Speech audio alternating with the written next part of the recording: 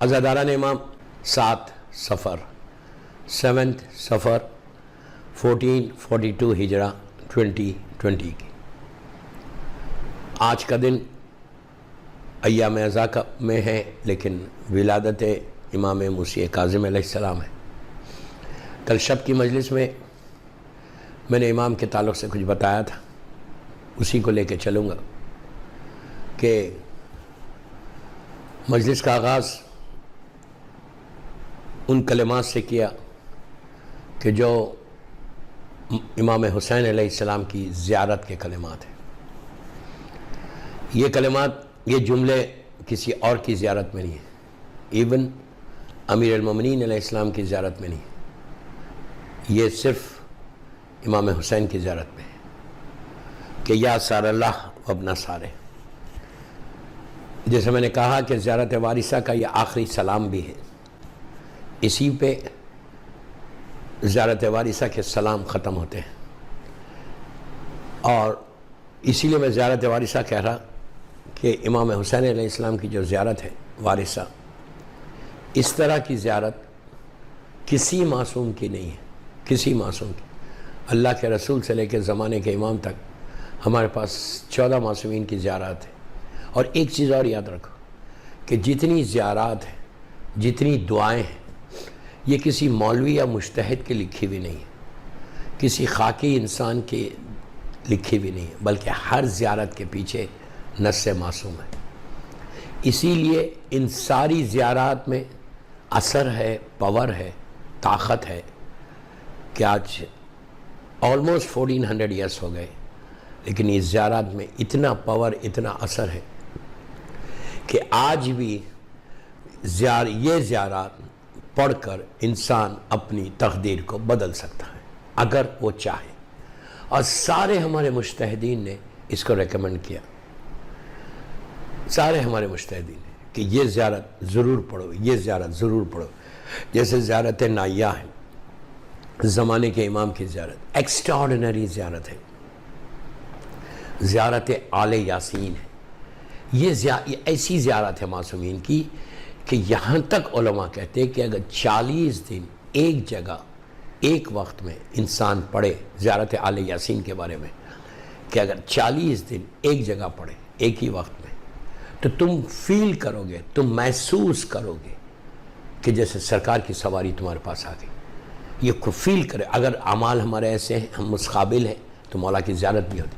آقا خمینی بولتے ہیں اگر 40 دن میں کوئی پریشانی نہیں ہے، ٹھوکر ہی لگ جائے، اسکریچ ہی آ جائے، کوئی تکلیف ہی ہو جائے، یہ آنا، لیکن آنا بھی اور جاتی بھی انہی کی وجہ سے۔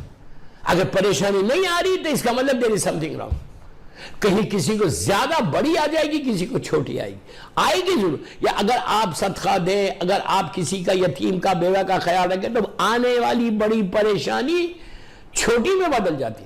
تو یہ اگر نہیں آ رہی تو اس کا مطلب پرابلم ہے۔ تو اب آپ سوچو کہ مجھے معلوم ہے کہ نیکسٹ منتھ میرا کیا ہونے والا ہے، nobody knows، موت ہی آ جانے والی ہے، لیکن تمہارا ایک خاندان کے ایک دوسرے کا خیال رکھنے کا ثواب دیکھو۔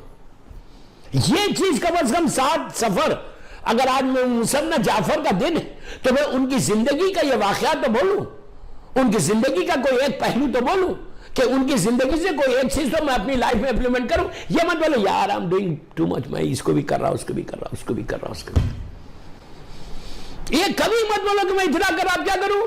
نو نو نو نو، always ٹرائی کرو کہ میں یہ بھی کروں، یہ بھی کروں، یہ بھی کروں، یہ بھی کروں، میں اس کی بھی مدد کروں، اس کی بھی مدد۔ 1000 مرتبہ سوچو مت، 1000 مرتبہ مت سوچو۔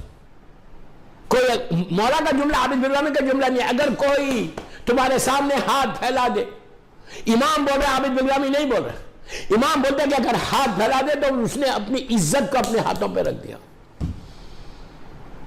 اگر تمہارے ساتھ تم دیکھیں، بعض وقت ہوتا مجبور ہوتے کہ آپ کے پاس $1 نہیں ہوتا آپ کے پاس، فائن، اللہ بہتر جانتا ہے۔ مثال کے طور پر میرے پاس $100 ہے اور وہ $1 مانگ رہا، مثال دے رہا میں آپ کو، اس نے کہا $1 دے دو مجھے، میں بولتا یار میں کیوں دوں، تم اپنے آپ کو دیکھو، جاؤ کام کرو۔ ارے بابا کام کرو سب ٹھیک ہے، لیکن امام کا دوسری طرف جملہ کیا ہے کہ ایک دفعہ اس نے ہاتھ کو پھیلایا، اس نے اپنی عزت کو تمہارے اپنے ہاتھ پہ رکھ دی، اپنے ہاتھ پہ رکھ دی۔ اگر نہیں دے سکتے کچھ تو دے سکتے، ایک زندگی میں ایک مشن بنا لو، ایک مشن بناؤ بس، کہ کسی کے ہاتھ کو خالی نہیں کروں گا۔ اگر مثال کے طور پر $100 مثال دے رہا، $100 مانگ رہا، آپ $1 دو، لیکن سمجھ میں آ گئی بات؟ میں اتنا ہی بول رہا ہوں۔ اگر کوئی $100 مانگ رہا آپ سے، $20 دے دو، خالی مت کر۔ میرا بول رہا یہ very clear in my message, don't miss understand, غلط نہیں سمجھ، میں جو بول رہا ہوں ایک ایک جملہ میرا غور سے سن۔ میں یہ بول رہا کہ اگر کوئی تمہارے سامنے ہاتھ پھیلاتا ہے، اگر کوئی تمہارے سامنے حاجت کو پیش کرتا ہے، اگر تم پوری نہیں کر سکتے کچھ تو کر دو، تو at least you can say to your اللہ ٹمارو کہ پروردگار جو تیرے بندہ آیا تھا میں نے اس کو خالی نہیں کیا۔ حاتم طائی کا کیا تھا؟ کیا تھا حاتم طائی کا؟ ٹھیک ہے وہ انسان ہے، مولا 40 دروازے کھولے، کیوں کھولے؟ تھوڑا تھوڑا تو دو، کم کسی کو تھوڑے کی ضرورت، کسی کو زیادہ کی ضرورت، کسی کو 40 دروازے سے لے کے آگے۔ یہ صفت اللہ کو اتنی پسند ہے، یہ اللہ کی صفت ہے۔ $1 ملین مانگتے ہو، اللہ $100 دے دیتا ہے، سیلری دے دیتا ہے، بھوکا سلاتا ہے؟ کبھی نہیں سلاتا۔ اس کے بعد اگر حاتم طائی کا کیا تھا؟ دیا۔